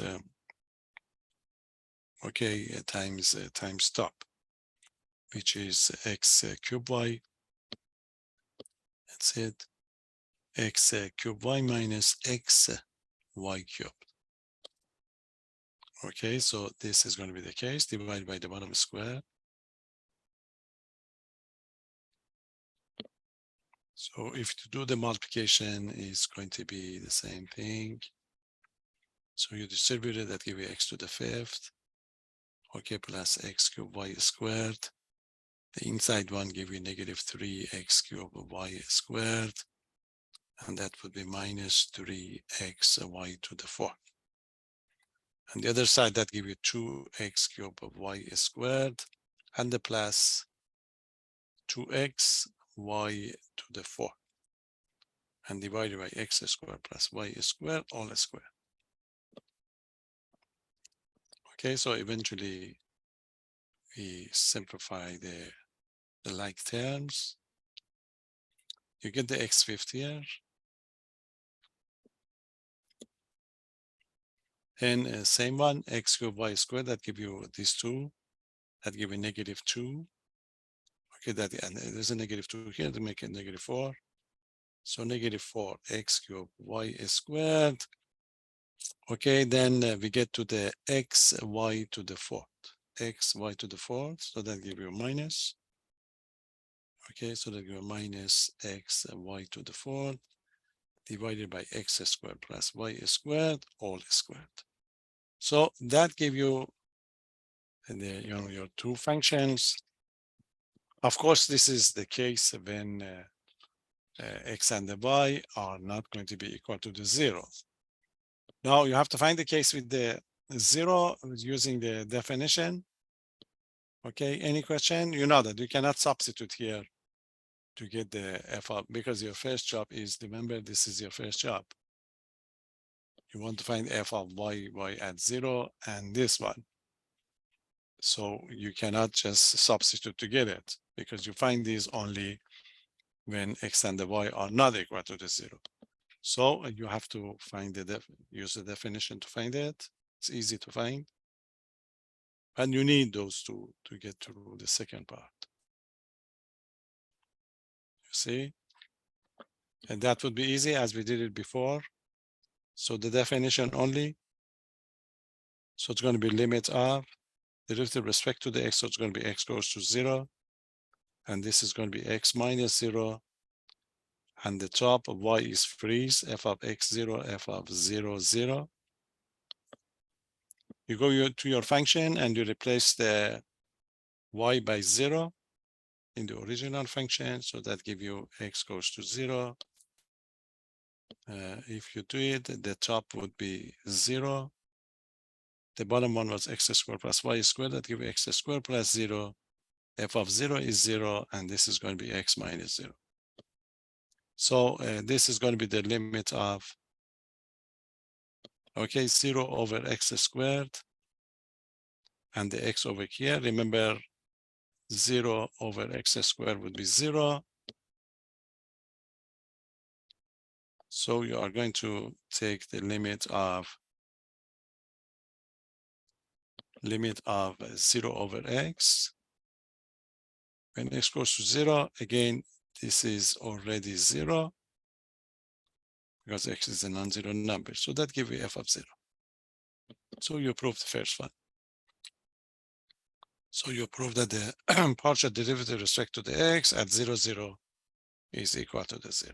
Any question?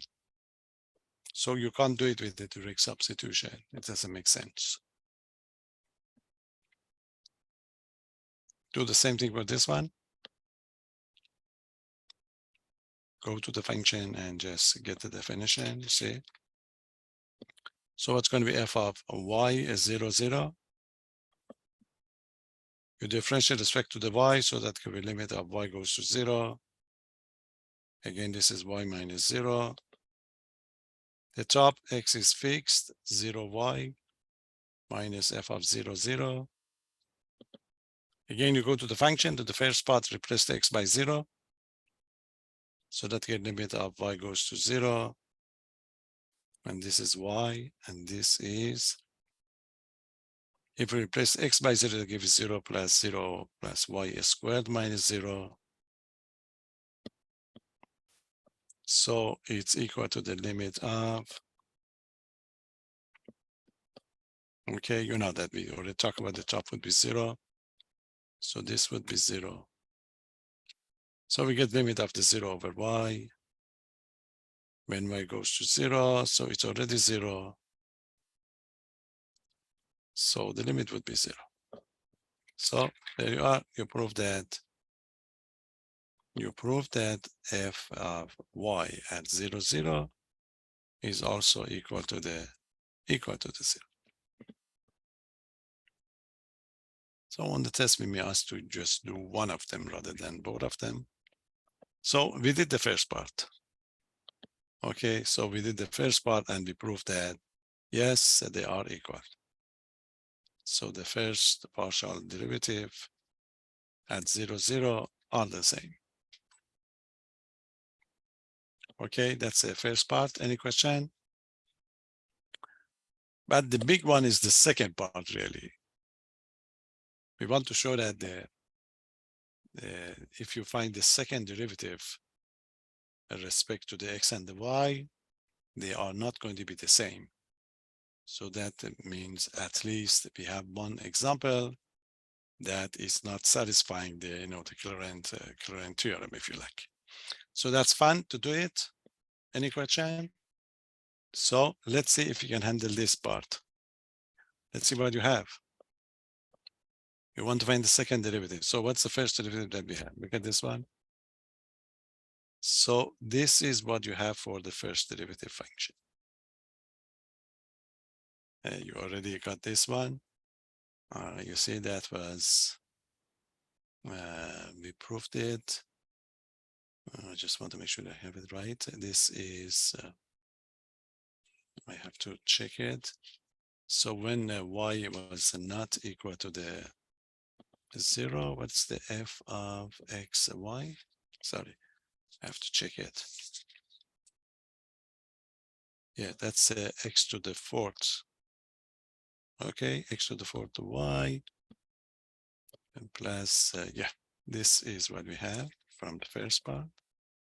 So it's going to be x to the fourth y plus 4x squared y cubed minus y to the fifth.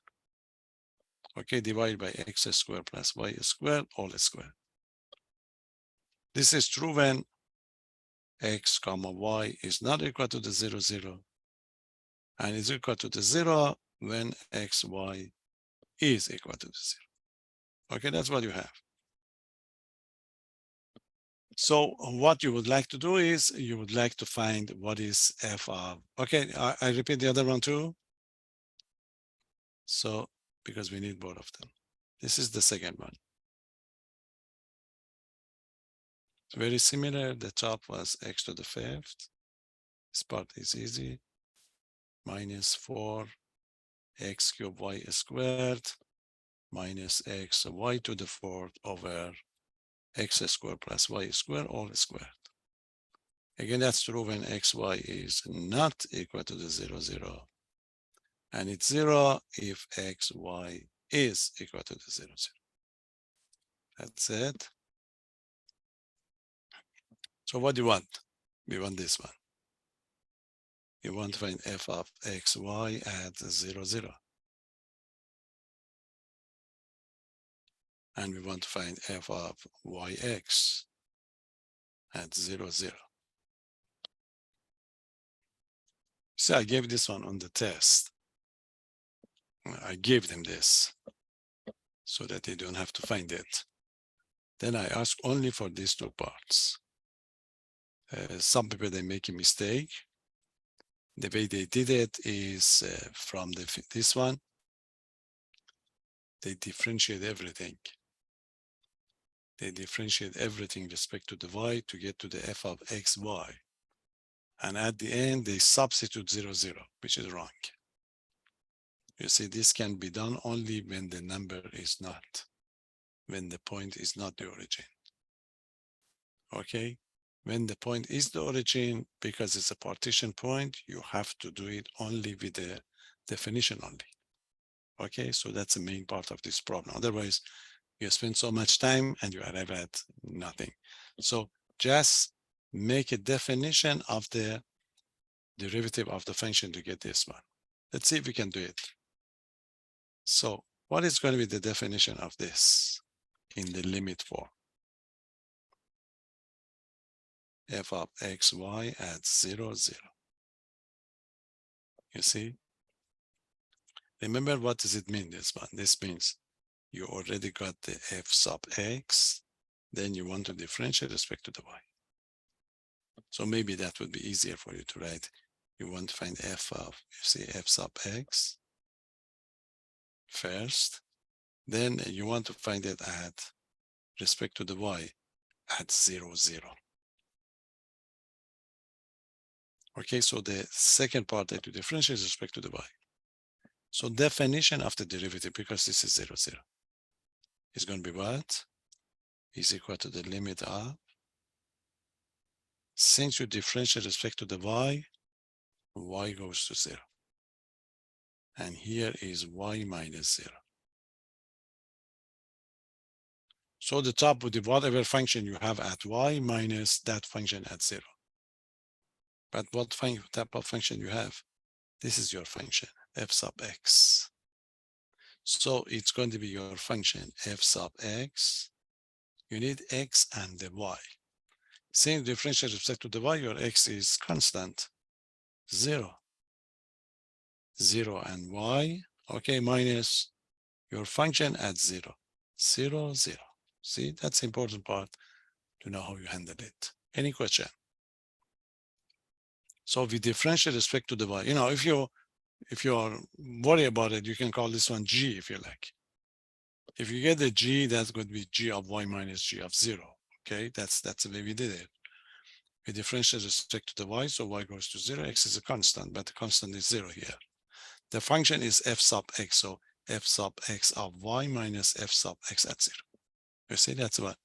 Now go back and substitute. So it's going to be equal to the limit of y goes to 0. The bottom one would be y, now the top. You go to your function f sub x, and you substitute 0y. You're not going to worry about, because y goes to 0 means y is not equal to the 0. So you can use the first part. So go to the first part. You have this is your formula, but you are going to replace the x by 0. So what's going to be the result? X by 0, 0, 0. So we get only that last part, okay? So everything would be 0 minus the y to the 5th. That's the top. The bottom one, x is 0, okay? So the bottom one over here, okay? X is 0. That gives you 0 plus y is squared. Everything is squared. F of 0, 0 is 0. That's your function. Any question? So you get up to the f sub x. This is f sub x. And you want it at 0, y. Replace x by 0, 0, 0, negative y to the 5th. The bottom one, 0, y is squared is squared. F of x 0, 0 is already 0 here. Okay, so go on, simplify. It's going to be limit of y goes to 0. The bottom one is y. Now the top is going to be negative y 5th. The bottom. Y squared is squared, which is y to the 4th. Simplify. Y to the 4th over y. Y goes to 0. Everything is a non-zero number, so we can simplify it. So the top give you negative y. The bottom one give you y. Y goes to 0. Okay, this before taking the limit, you can simplify it again. You see, simplify the top and the bottom, so that gives you negative 1. So this is in fact the limit of negative 1, y goes to 0, which is a negative 1. See, that's 1. Some people, they say 0, 0 here. No, it's common factor. You have to eliminate the common factor first. Okay, so we did one part. So that's it. Fx y at 0, 0.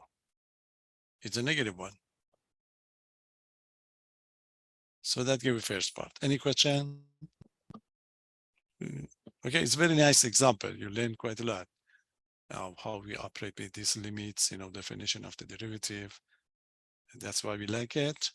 And you're not going to get, I told you, many, many functions of this type. There's just a couple of them. Okay, you're not done. You have to go back, take care of this one. And you should get a different number because you want to prove that the Clarent theorem is not satisfied. Okay, same thing. This is how we set up the other one. Are you ready? Again, you want to set up, again, you cannot go and substitute. You want f sub x, okay, x, y at 0, 0. Now think about it. This means you already find the derivative of f of y. Then you would like to differentiate with respect to the x, but you would like to do it at 0, 0. So you need the definition again, definition of the derivative. So it's going to be equal to, okay, it's going to be equal to the limit. You differentiate with respect to the x, so it's going to be limit of x goes to 0. Okay, x goes to 0, so this must be x minus 0. The top, whatever function you have at x, minus at that function at 0. But your function is f sub y. So it's going to be f sub y at x, but remember the y is constant, 0. Minus whatever function you have at 0, but it's going to be 0, 0. See? It's your definition. Now go to the function f sub y. You go to the second function now. You see? This is f sub y. So go to this function, you replace the y by 0 on the top and the bottom, y by 0. So this is what we are going to have. It's going to be limit of x goes to 0. This would be x, the top. So going then replacing by y by 0. So this would be 0. This would be 0. We get x to the 5th only. Replace y by 0, you get x to 5th. It's very similar to the first one, but there's only one sign in the difference. Okay, so that's why you got to be careful. So we get x to the 5th on the top. We replace the y by 0. And then the bottom we get the, okay, we get the x squared, all squared, because y is 0 minus 0. Same thing, so the top would be the limit of, okay, it's going to be the limit of, you get x to the 5th over x to the 4th over x goes to 0. Since x goes to 0, x to the 5th over x to the 4th would be x. Okay, so that gives you x goes to 0. X would be 1. So limit of 1, x goes to 0 and 1. Nice, you see? So f of y, partial derivative yx at 0, 0 is equal to positive 1. There you are. So one of them is negative, the other one is positive.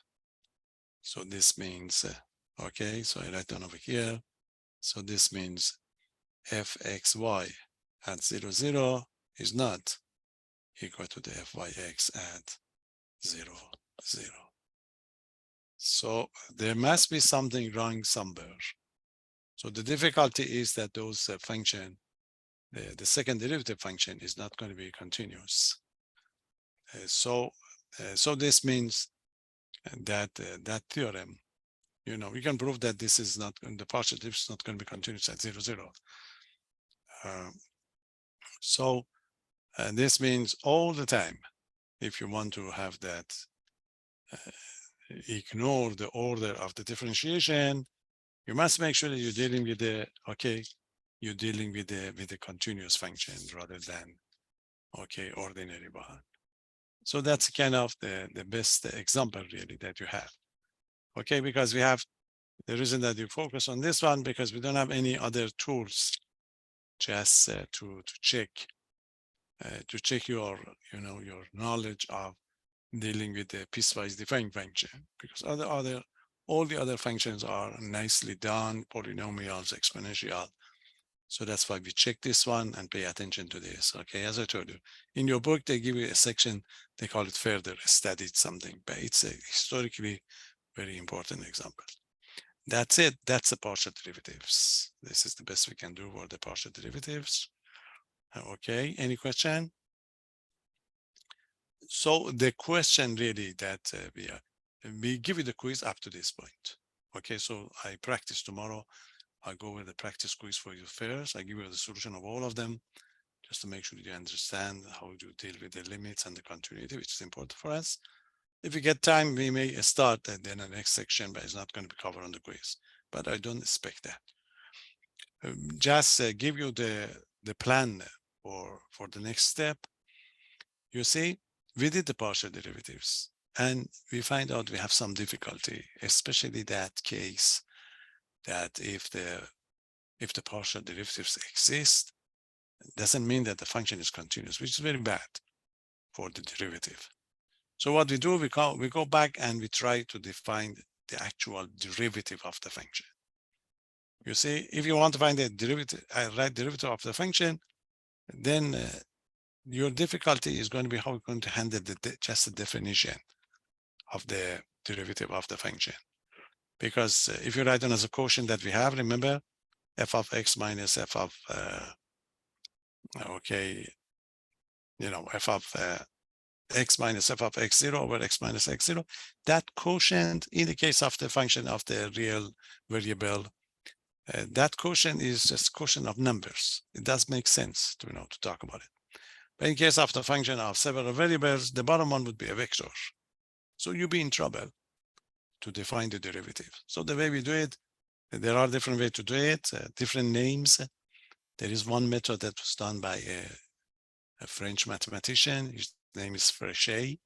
So we say Fréchet derivative. That's one way to do it. And there is another type. There is a great mathematician. It's a kind of, I think it's Swiss. Caroteori is the name. And so I gave a talk. Then I can give you a reference. You can have a look for yourself regarding these different types of the derivative. But there is another way to do it, and that is using from calculus 1, remember the tangent line approximation or linear approximation of calculus 1. That would be the best way to do it. So it takes time. It's going to be, it's nice. So eventually we solve the problem. So it's not the case that we stop here. But this is a good place to stop. Okay, so we're done with the partial derivatives. Tomorrow I go on to practice quiz first. If I can do it, I may give you, I review that linear approximation from calculus 1 because we need it. Otherwise, that's it. Any question? So on this quiz, I give you one of those, the one that you have to use this type of ideas because I want to make sure that you know how to handle these limits at at those partition points, and I repeat it on the next test too. Otherwise, it's easy quiz. We don't have any difficulty for this one, but we have to check it. Okay, that's it. Any question? So again, make sure you have done your test. Today is your last day. Then I can pick up your test tomorrow and get read it over the weekend. Okay, have a good one. And if you need anything, email me. See you tomorrow. Bye-bye. Thank you.